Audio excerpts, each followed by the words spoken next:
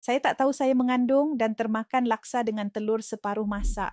Lepas tu, sakit perut, contraction, bleeding, gugur usia 16 minggu. Boleh jadi sebab tu ke doktor? Pertama sekali, saya sangat simpati dengan kehilangan ni. Kadang kita rasa bersalah. Tapi tolong tahu, bukan semua keguguran disebabkan makanan.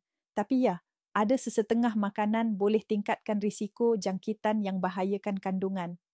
Telur separuh masak, terutama telur sarang, boleh mengandungi Salmonella, jangkitan bakteria, yang ni boleh sebabkan cirit-birit, muntah, demam, dan kalau serius boleh cetus contraction pramatang atau masalah janin.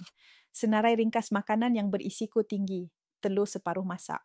Sushi mentah, daging tak cukup masak, susu segar tak dipasteur, keju soft tak pasteur, laksa tak dimasak betul, berisiko listeria, makanan jalanan yang kotor. Waktu hamil, sistem imun kita berubah. Sebab tu kita lebih mudah terdedah pada jangkitan. Kalau tak lalu makan, pastikan nutrisi penting tetap cukup. Saya cadangkan Everty Mama D5 dan coklat, kaya DHA, zat besi, B-kompleks dan probiotik. Lembut di perut, tak muak walau waktu loya. Sesuai dari trimester pertama hingga akhir. 2 kotak cuma RM149. Klik link sekarang.